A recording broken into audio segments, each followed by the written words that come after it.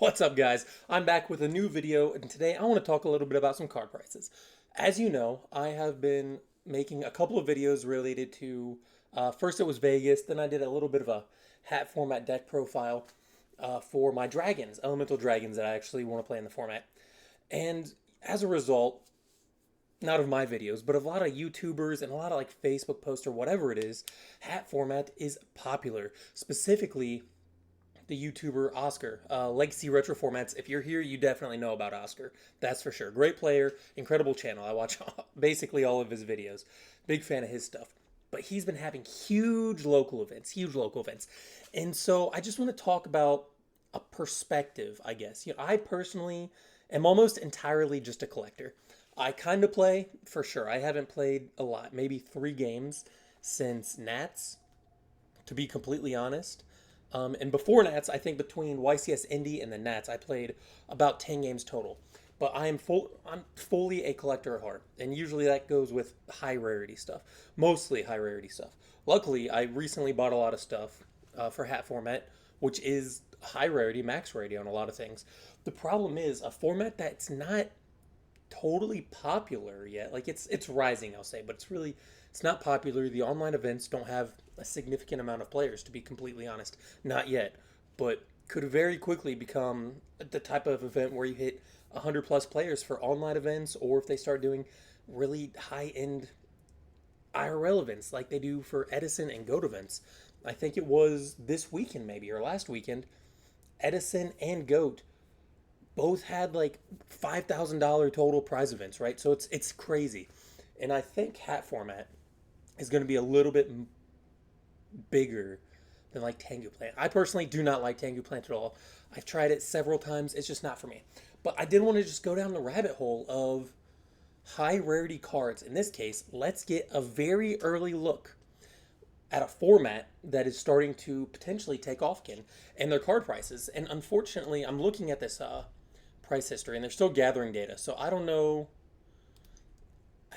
It doesn't show. Maybe these numbers here are actually pretty significant in the background here, but it says we're still gathering price data. So I'm not really sure, but I figure, like I said, I just want to go down the rabbit hole and look at some stuff. Now, High Priestess of Prophecy is a card that's typically played at 3 in the deck, sometimes 2, mostly 3. It is definitely a rare card, but it has a couple of printings, and that's something I've noticed about hat format. A lot of the cards have a lot of low rarity printings compared to something like Edison. Yes, a lot of cards do also have low rarity printing, but I think there's more cards in Edison that don't have low rarity printings or did not have low rarity printings than perhaps there are for hat format. So I think that's something to look out for. And I'll tell you what, I am a proponent of buy nice or buy twice. So for those of you who go out and you do want to play Prophecy, for example, if you don't buy that first edition Secret Rare First Ed High Priestess of Prophecy the first time, you're probably buying, I think it has like an ultra rare print, and then you're going to say 6 months from now, a year from now, you say, man, I wish I had a first ed secret or a high priestess prophecy. And instead of buying it right now, where the light plays, which even I'm gonna be honest, I think that's a pretty good price point for a secret rare first ed. Instead of paying 25, $30 for it, you might be paying 50, 60, $70, right? So imagine a world where this format takes off and High Priestess of Prophecy becomes a 3 of in Prophecy, which maybe it just turns out to be the best deck of the format. And this format has events similar to Edison or Goat format, where they're getting hundreds of people to turn out. This card instantly shoots up. I mean, you're talking like Judgment Dragon, like Dark Arm Dragon, like $150 plus per copy, right? So I'm a big proponent of get in early while you can and get the cheap stuff, get the max rarity cheap stuff. But let me be totally open. Again, I have a lot of cards, max rarity, first ed. I'm not here to boost price of cards. I'm here because I don't like seeing people who go on, Discord, Facebook, or whatever it might be, and say things like, oh, this card is $5,000. I don't like it because now the average player can't get it because of buyouts. Well, no, this card was $30 for the longest time. And again, I don't know how accurate this is, but maybe down here, I can't see this number right here for we're gathering price data. But let's assume this is the max around 30. Well, this is probably around like, what is that? Let's say it goes by 5. So 30, 25, 20, $15 within like a month ago, right? So this stuff is cheap. And don't be like don't fall into the FOMO trap of, oh, well, it wasn't popular a month ago, but now I have to buy them right now. Does that make sense? I'm kind of saying, like, get them cheap while you can, but if you weren't going to get them cheap, then don't get them at all, I guess. I don't, it's really weird, but also don't be that person that's like, oh, I don't like that this card that was $30 and on September 6th, 2024, that maybe September 7th, it's $80 a piece. Don't be like, oh, it's $80 now, no one can buy it. Well, yeah, but it was, $30 and less for the longest time. Anyways, a little bit of diatribe, long rant. I do think honestly $30 is pretty cheap for this card for what it is. Now, like I said, I don't think a lot of decks play max rarity. Majority of them probably do actually for a hat and like Vegas format stuff. Sometimes they play too, but for what it is, Secret Rare First Ed, really, really, really good card. As you can see here, it's pretty easy summon condition, kind of similar to Dark Arm Dragon, and also a very similar effect to Dark Arm Dragon, but it's once per turn, as opposed to Dark Arm being unlimited. It is a level 7, so obviously you have the rank 7 potential, and then also level 1 tuner is Effect Veiler, right? So a lot of Spellbook decks play Effect Veiler pretty often, so you have access to level 8 synchros. So if I were getting into hat format or whatever, I think now is like the time to get them. Again, I'm not trying to boost prices, but let's be honest. If you're trying to get in hat format and you want the best bang for your buck, get the card now while it's cheap. Otherwise, become that person that complains about it when they're like $60 a copy, right? And then I just want to fall down the rabbit hole of, cards. Now, this is a card that I get why, look, this is going on $40. Um, what's there to say? This card's incredible. Obviously, 3 of in every spellbook deck. And something like this might even have splashability beyond spellbooks, as far as we know. Maybe spellbooks are actually a little bit more splashable than just spellbooks and prophecy type decks. Who knows, right? Maybe there's a world where you do play this in a different type of hat format deck. But this is the type of card that quickly goes up again to the same price point, 70, $80. So, listen, $40, I think that's a little expensive right now for a format that is small and doesn't have much repertoire in terms of what is good. I think that if you were to go on Facebook and say, hey, I'm paying, again, $30 a piece and you can get a playset for $90, that's not bad. That's not bad. And assuming you don't have other bills, right? Put the money where you need the money. Don't go out and buy Yu-Gi-Oh cards if you don't have money for Yu-Gi-Oh cards. I will say that as a disclaimer, for sure. And then obviously that goes in hand with Spellbook of Secrets. Where did it go? Fates is another interesting one. Spellbook of Secrets. Let's go back. I want to see that real quick. And I just want to go through spellbooks real fast because this is definitely, this along with Mermails is just one of the better high-end decks. But here is actually pretty good. So, they've always been $30 for a while. But another card that, I guess this is probably similar to like, I don't know, Solar Recharge maybe. It's just like a card that the deck needs, right? An engine card that you run 3 of, Ultimate Rare First Ed. And actually, I guess this isn't totally accurate. Maybe that's just light plays were 30, but it looks like they're up to $40 and climbing very fast. I think once you start hitting the $60 range on a card like this, I'm not sure I'm willing to pay that. I did say buy nice or buy twice. However, I think a lot of these cards, specifically Spellbook of Secrets, you can get as an ultra rare. The ultra rares always look nice. Are they ultimates? No, but the ultras still always look nice. I believe it also comes as like a Duelist Saga ultra rare. So if you can't get the ultimate rares, no big deal. If you're like, hey, this is my deck, get them now. Get them now. We can quickly see these types of cards are going. I think if you play during a hat format and you know what you want to play, get the cards right now. So you can see you have a handful going for around the 40s. Was that 1, 2, 3, 4, 5, 6 in the 40s, and then 60 and up? 60 and up. And I think 60 for me is probably like my ceiling of when I would buy this card. I believe once this card starts hitting these numbers, you missed the boat. I don't think it's worth buying anymore. Just get commons or whatever the lowest rarity is. It's not that big of a deal, to be completely honest. And then here's another one that could go up. So this is a card I would I don't know if I could ever look at this historically, but I believe at one point in Yu-Gi-Oh's history, Spellbook of Power was like a $100 card or 130, like when it first came out. It is an ultimate rare, but however, the OG print of it just as nice, to be honest. I am a huge fan of OG prints. I play common first ed swap frogs over ultimate rares, for example. It was common. So common first ed, buy it for 20 cents or buy this $31. Again, in my mind, not a bad deal. Not a bad deal. But I think once you start hitting that 50, again, 40, 50, I think we're nearing like the point of like, for me personally, this is getting to be a little bit too much, to be honest. So 30, probably not bad. Again, if you were to go make a Facebook post right now and offered like 23, 24, 25 bucks, you could probably get this with shipping for sure. So under $30, 100% plain white envelope. You probably get a play set of them for 70 bucks, right? Or you can get two of them on here for over 60. Shipping looks to be included on all of these. But I think, like I said, it's hard for me to explain, but I kind of have this internal clock that once a card starts hitting a certain price point for me, I'm just like, I know what price I would like to pay for cards, but it is very difficult to explain what I won't pay. I have a really good mark of what ceiling I don't want to pay anymore. And here's a really good one. So Fire Fist Bear. Bear is not a super popular card in,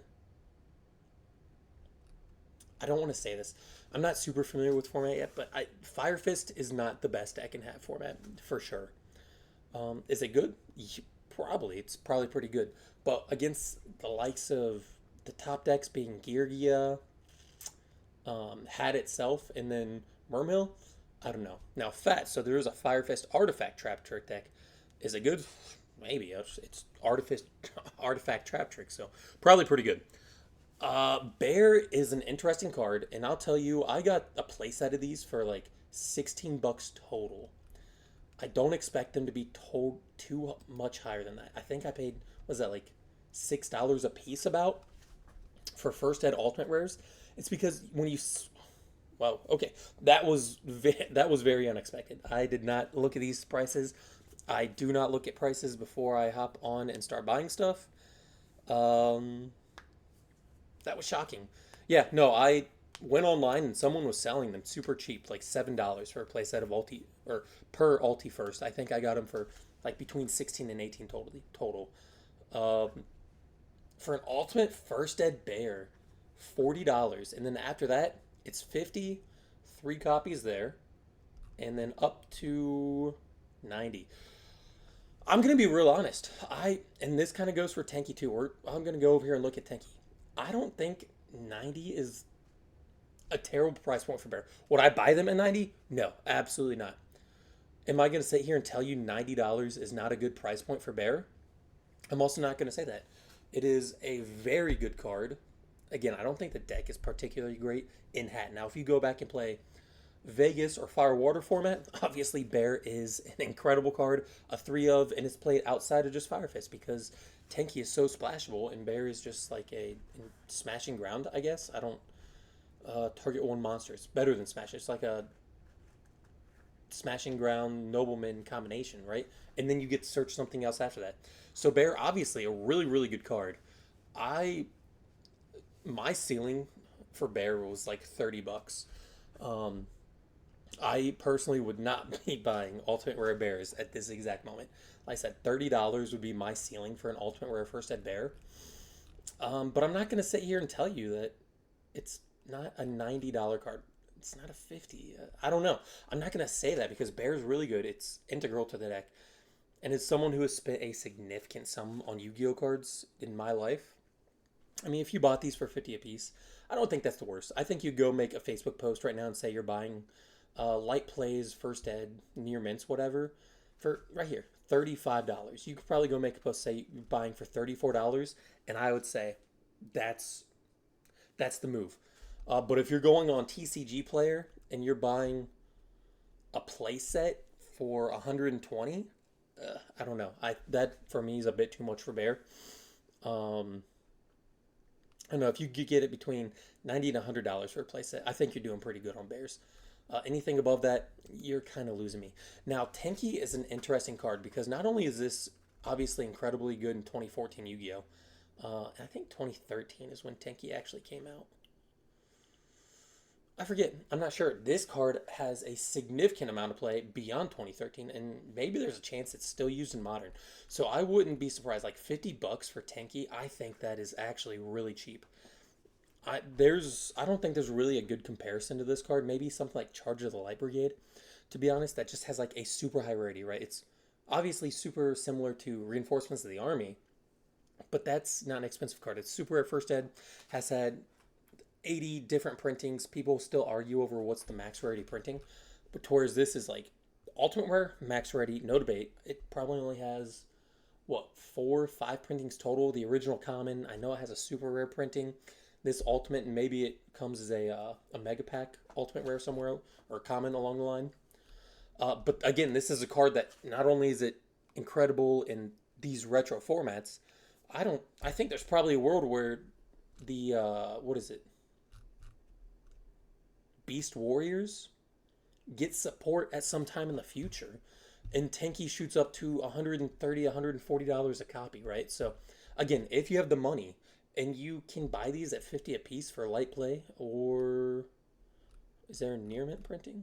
I don't think I personally don't differentiate between near mint and light play. They're kind of in the same ballpark, to be honest.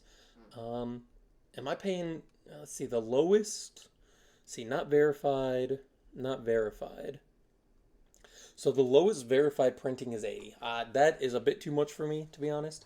But if you were to go make a Facebook post saying buying a playset of Ultimate Rare Tenkis for 120 light play, which is what, like 80% or something like that, I think you're doing good. I think that's a pretty good deal. And this is a card that sees play in basically every single deck in the format. I don't know how many printings it has. Obviously has Ultra, the Ulti, and probably some commons, to be honest. I fully expect this. Right there, we see the first light play. This is a card that I could see easily hitting $60 plus. Oh, that's Italian, right? So that doesn't even count. So we still haven't. I say it doesn't count because typically foreign, well, non-English cards usually go for about 70% less than the actual English cards, at least in America, or a TCG player. I could easily see near mints of this hitting $60, $70. Is that good? Look, first near mint, $50. $50. There's 3 of them, and then 63 and probably up towards 70. Non-verified, but I don't know. I don't know about that one. This is a card that you kind of need in the format. I think just about every single deck can easily play 2, if not 3 copies of this. That's a lot. I'll be honest though, that's a lot. I think for a lot of these cards, again, if I didn't already have a lot of them prior to this, because not only did I just buy them recently, I've been buying a lot of hat format decks for a while now, to be completely honest. I didn't play the format, but I have just been randomly buying the cards. Um, hmm, hmm. Yeah, I do have a playset of this, and I probably would not pay 60s. I probably wouldn't even pay 50s. Could I see this card easily going up to like $80? Yeah, for sure. For sure. It does too much for the format. If this format takes off, easy $80. Would I pay for it? No. No, someone else would have to. I do want to look at some Geargia stuff, but this is a card that I am interested in. So I want to take a couple of looks. It's going to be Geargia and then the Xyz stuff, right? Because the Xyz stuff, from what I've seen, and I only say that because I recently bought some of it, are pretty cheap. Now, Forbidden Lance is kind of like the Book of Moon, I think is typically how a lot of people describe it. I don't know how many printings it has. Let's just go straight to first edition. I don't know how many printings it has. I know it has at least a common and then this super. $5. Get them now. Get them now.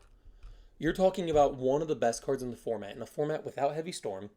In a format without Giant Trunade, without Cold Wave, without, I don't know, other stuff, right? Triple MST.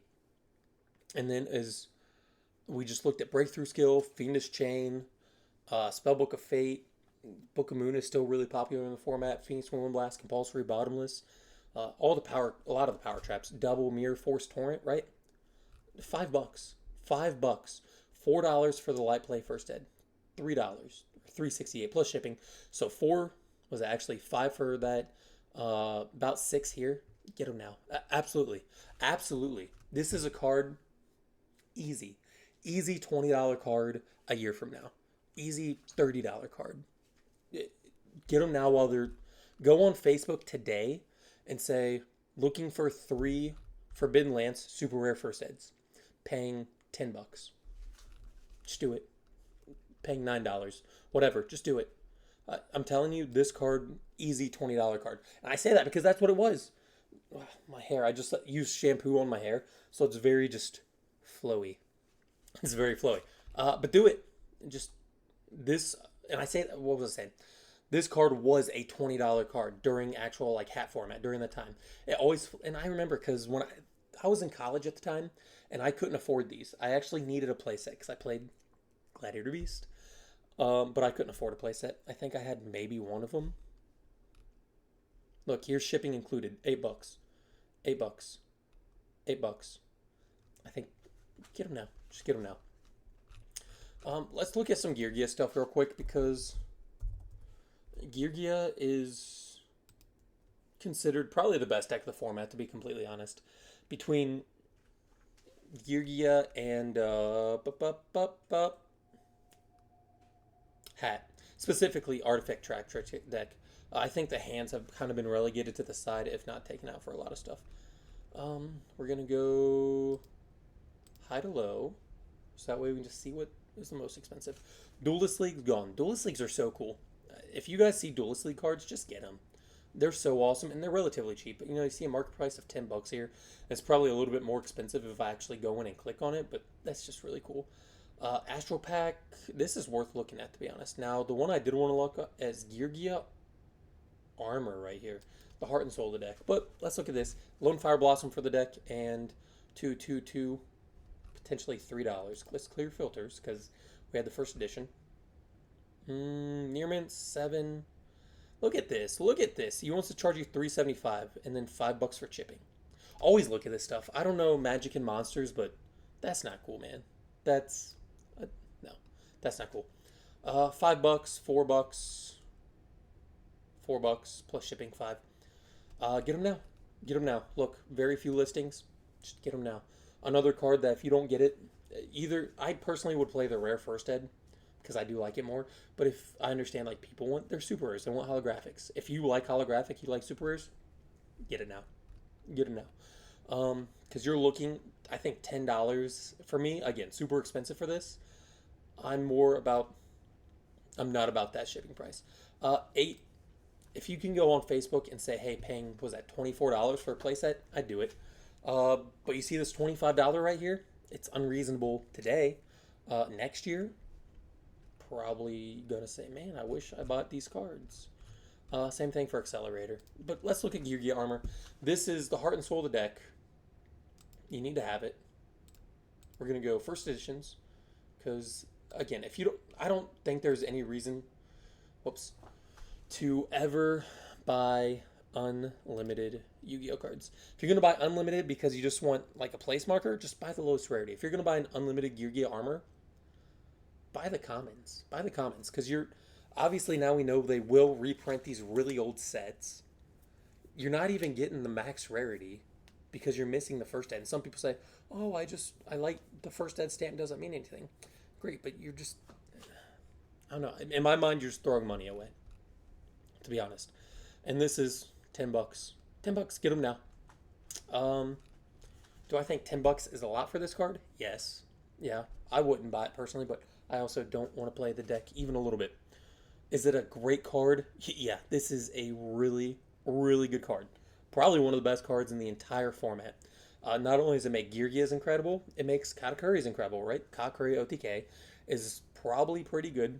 Probably, right? I don't think I've seen anyone play it. It's probably not as good as pure Geargia, but it's probably still really, really good. I think Katakuri OTK probably lost some steam when the Geargia trap came out, along with the level 3 monsters, this Geargia gear and Geargianos and stuff like that. So I think Geargia is probably tend to lean more towards pure because this exists, which is fine. But this card, if you don't get them now, if you're like, hey, I want to play Geargia, and you don't get this card now, I'm telling you, 3, 4 months from now, let's just say like February, March timeframe of next year. I know it's a bit longer than 3 or 4 months, but I want to give it till next year, right? 30, 40 bucks. If the format takes off, 30, 40 bucks. If you plan on, you're like, hey, I want to play this format, and you want the first eds or you want supers, get the first ed. Get them now. If you don't care, just get the commons. It's fine. The common was like 40 cents. Totally reasonable. If you're getting supers but you don't get the first eds, I'm telling you, you're looking at, I don't even know. Like I said, 30, 40 bucks, maybe even more. Xyz. I don't know. Can I just type in Xyz here in Yu-Gi-Oh! And it just comes up with a bunch of Xyz cards?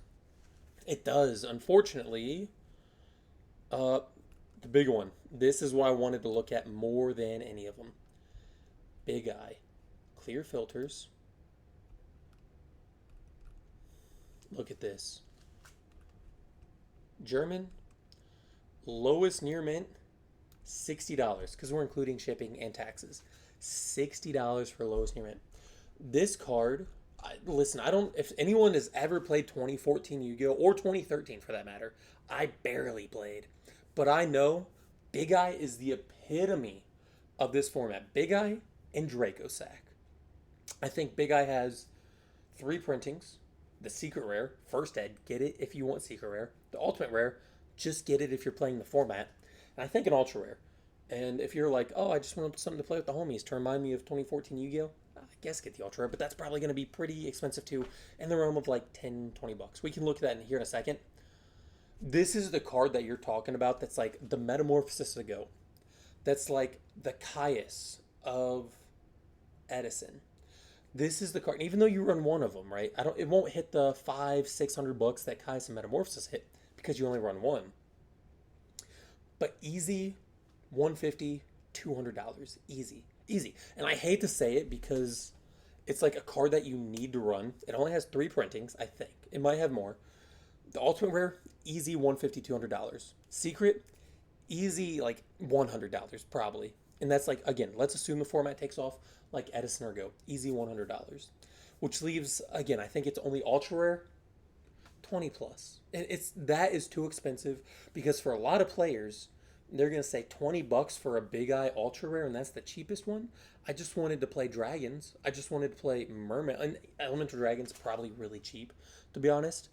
But then they're going to see the extra deck, and they're going to see Draco Sack has 2 prints, maybe 3. And those are going to be, even the cheapest print, I think is super. Probably 10, 15 bucks. You need 1 to 2 of those. They're going to see Big Eye. It's going to be 20 bucks for its cheapest. Get them now. 60 bucks is totally reasonable. Totally reasonable for an ultimate rare Big Eye. Even if the format doesn't take off. You're talking about a card that's literally a permanent change of heart. Face up or face down.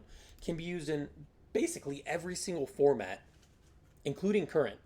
I'm sure you can. I'm sure Big Eye is a usable card in current Yu-Gi-Oh! To be completely honest. Do I know that for sure? No. But I'm sure that if there's a level 7 deck that is like good, Big Eye is one of the first cards that they could throw in. Or Draco Sack as well. And we'll look at Draco Sack. But I wanted to look at this first because I truly think that if Hat takes off, a lot of the cards in main decks are really cheap, except for Mermails can be very expensive. Dragoons, obviously. We just saw Bear is very expensive as well.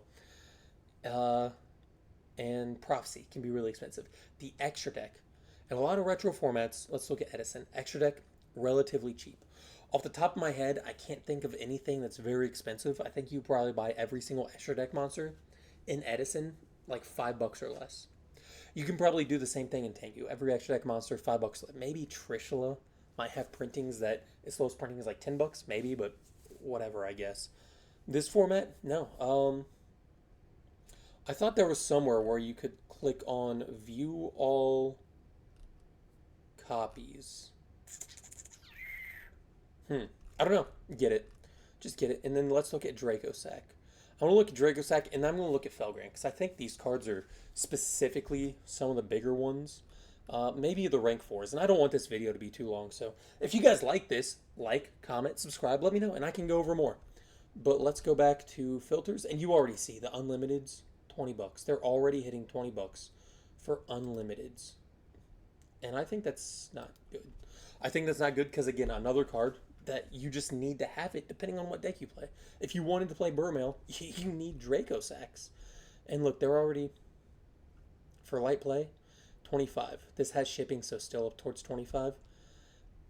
And guess what it's going to do? Look, I think that's unlimited copies. This shows lowest market price. This, again, unlimited copy. This is probably up towards 20 bucks, and this is quickly going up to 30. If you want in the format, I think this one's going to be more expensive to get into for sure. Because also, all the decks, a lot of them don't share the same extra deck monsters like Edison does. So it's not as accessible. Once you build a deck, you have to buy specific extra deck monsters, which, as we see, are going to be expensive. Now, here we can't see all versions. This is cheap, $2 here, and then $2 here. And again, if this format takes off, you see these two, that's market price 286 and 266. It's going to go up to $10, $15 a piece.